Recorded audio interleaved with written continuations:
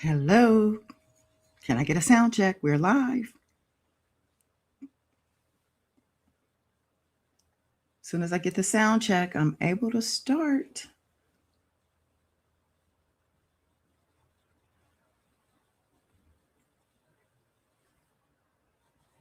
Anybody there? Okay, thank you, Wow Wayne. Yeah. Wow Wayne, Faye, and whoever else is here or whoever else comes into the replay. Hello to you. Peace, world peace. Welcome or welcome back to Goddess Dawn Speaks, aka the $1 trillion Goddess Baby. And we are here with chapter 9. I'm sorry, chapter 8. I'm ahead of myself. Chapter 8 of Keep the Faith, a memoir by Faith Evans. All right. And if you've missed any previous chapters, feel free to tap on the playlist tab of my channel and find the book there. And within that tab will be all the chapters. Okay. Lady Redbird, hello to you.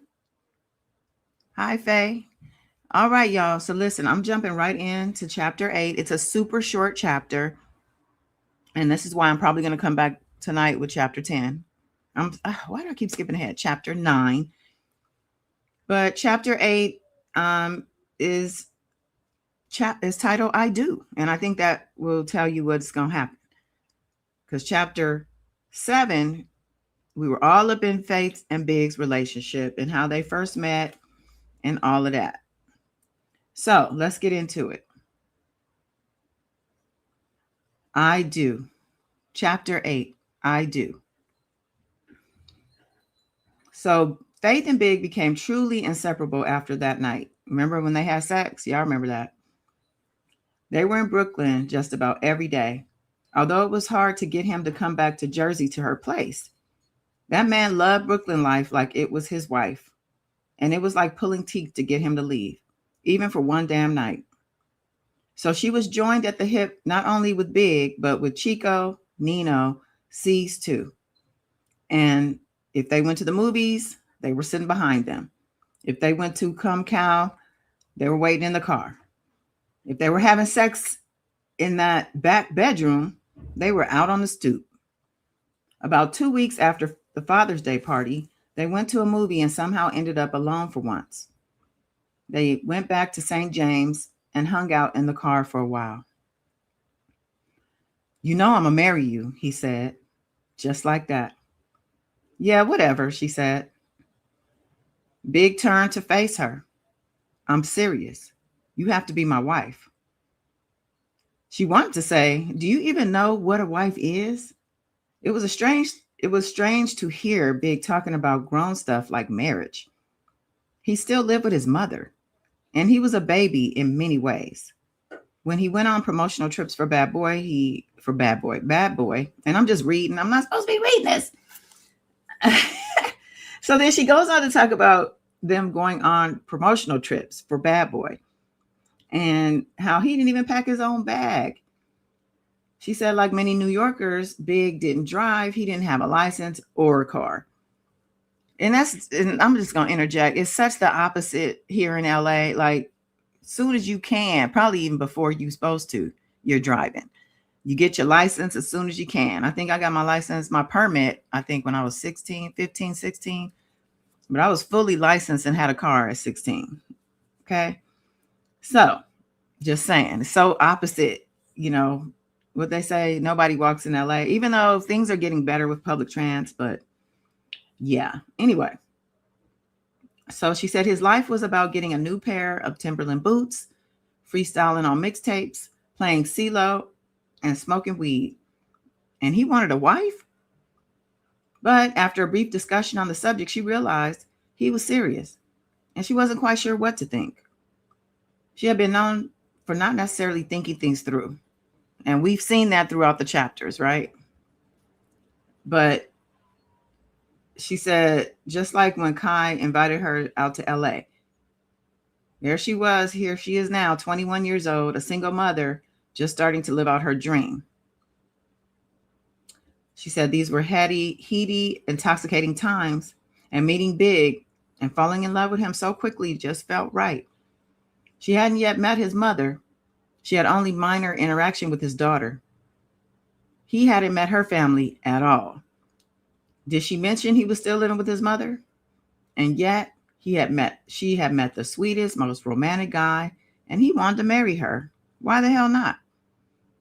She had met and hung out with all the people who were important to Big, except two of the most important, his mother and the mother of his child. She had been parked on the corner of Fulton one afternoon with Big in the passenger seat, as usual, when she saw a woman in her rearview mirror walking toward her truck. She was bracing herself for something. She had her share of dealing with women over dudes, so she was ready for anything. She wasn't sure why, but she assumed it was Jan Jackson, the mother of Big's daughter.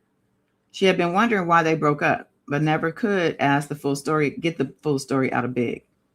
She didn't know if he wanted to step to her. She didn't know if she wanted to step to her or not, but Big got out of the car and talked to her for a few minutes. And then she continued on her way, and he got back in the car. "Was that your baby mama?" she asked him. "Yeah," he said, "that was her." And there was no more discussion about her. She had questions, but she didn't want to seem like she was intruding into his life. If he wanted to share stuff with her, she would listen, but she didn't want to pry. She had to admit that Jan and Big seemed like a good match. She seemed very low-key, just like Big, and she was an around-the-way girl, very comfortable in her Brooklyn hood, just like Big. She already knew how much she loved their daughter, Tiana. And she just trusted that he was handling his relationship with Jan and his daughter in the right way. Although she had seen Jan around and she may have known who she was, Big kept stalling on introducing her to his mother. "You don't understand," he would say. "My mom's is off the hook." "So what are you going to do?" she asked. "Marry me and never introduce me?" I will, just give it some time." She hadn't pressed the issue when it came to meeting Jan, but she thought meeting his mother was important. She still kept putting it off and telling her it would happen at some point. In the meantime, she took him to meet her grandparents and other family members at a cookout they had for the 4th of July. Her whole family was there, and she told her grandmother that she was going to marry Big. She could tell she was worried that they were moving too fast, but of course, true to her nature, she didn't say a word about it. She just welcomed Big with open arms and made him a plate of food. Her mom was a different story. As soon as she heard that they were planning to get married, she made her feelings very clear. "Married? Please. Ain't nobody asked me about getting married," she said. She was concerned about her mom being perceived as abrasive because of the way she always just spoke her mind. It was never her way to hold back. She just sucked her teeth and ignored her. She guessed she wasn't quite sure how to react, but she didn't think it was appropriate. She felt like she was grown and that she should be able to accept it. Of course, now she completely sees where she was coming from, and she had every right to feel that way, but she was in her own world then. Everyone was pretty cordial and accepting, and they had a great time, but it just made it more glaringly obvious that she hadn't met Big's mother, and she stayed on him about it. He kept promising her it would happen when the time was right. In the meantime, she started planning their quickie wedding. Her friend Donovan, her partner from Newark, had recently got married in upstate New York. He told her about the quick process and how you don't have to wait for a marriage license. She called Big to tell him about it. "It's up in Rockland County," she said, "but we don't have to do this." "Let's do it," he said. "We need a witness," she said. "I'll call C's," he said. "Big, it has to be someone of legal age." "Oh," he said. "And they have to have a valid ID." "I'll find somebody," he said. "When we going?" Big and Big and hers had a few studio sessions throughout the week. "We can't go on Thursday," she told him. "All right," Big said. He got in touch with Man, the older brother of Nino, one of the guys in Junior Mafia. She knew she wouldn't have time to get a ring for the ceremony, but she did want to have something nice at home at some point. So she headed down to Manny's, her favorite jewelry store. It was the same place she'd often visited with JT years ago. Back when she used to go there with him, she noticed that Manny always had signed pictures of his celebrity clientele on the wall. When she got her record deal, she came to Manny's on her own to get a few things. But when she went to pick out a wedding ring, she ended up looking in the window of a place across the street from Manny's. It was called Diamond Cassar. The jewelry on display was much more expensive than Manny's stuff, and there was a gold ring with diamonds studded around it that caught her eye. She looked inside and saw a man with thick, dark, wavy hair behind the counter. He looked up and saw her standing there and smiled and beckoned her inside. The store was small and identical in design and layout to all of the other stores in the Diamond District. Very utilitarian, nothing fancy. Just small shop, had glass enclosures on either side with jewels laid out on velvet cases. He straightened his tie and walked over to her. "Hello, miss," he said. "What would you like to see?" She then pointed to the diamond band in the window. "How much is that ring right there?" He came from behind the counter and opened up the glass enclosure, taking the ring out. "This is 18 karat gold, 2 full carats of diamonds around the band. Good quality. Here, try it on." He slipped it on her finger and she stuck her hand out to get a good look. It was beautiful. "You like it?" "I love it. It's $5,000. Good price." She raised her eyebrows. Well, actually, she said, "Wow." "Well, I'm getting married," she said. "That's why I'm looking at these rings." "Congratulations." "I want my husband to come pick this up. Can I just give you something to hold until he can pick it up?" "Sure," he said, packing the ring and putting it behind the counter. He took out a pad to take down her information, and she gave him $5, all the money she had on her at the time, for him to hold it. "He's a big, dark-skinned guy," she told the jeweler. "He'll be here next week." The jeweler offered her his hand and shook it. "My name is Jacob," he said. "Pleasure to meet you." Oh, is this our introduction to Jacob the jeweler? Okay. Thank you, Faye. Yes, please like, share, and comment. I actually want to put up a couple of pictures too of them. Yeah. This one looks more casual. This one is, I think she described this picture in the book. I'll just keep it here.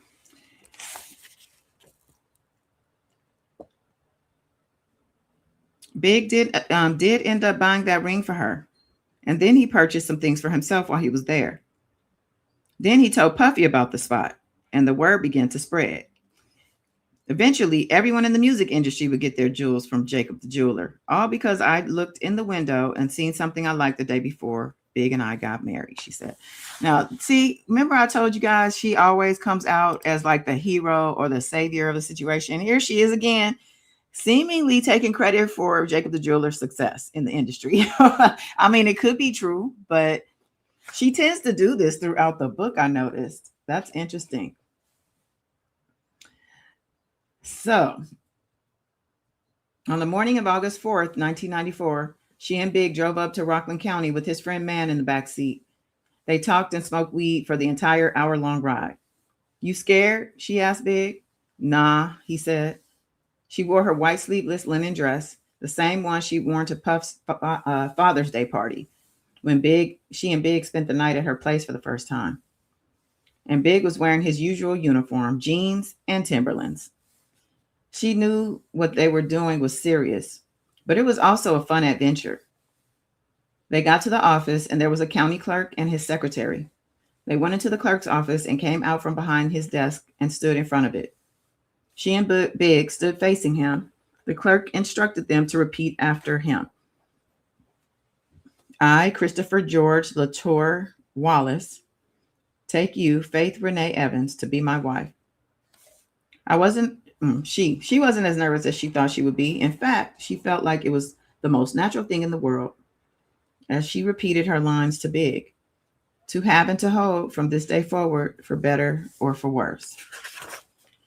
They had went back and forth, pledging to be there for each other in sickness and in health, for richer, for poorer, to love and to cherish.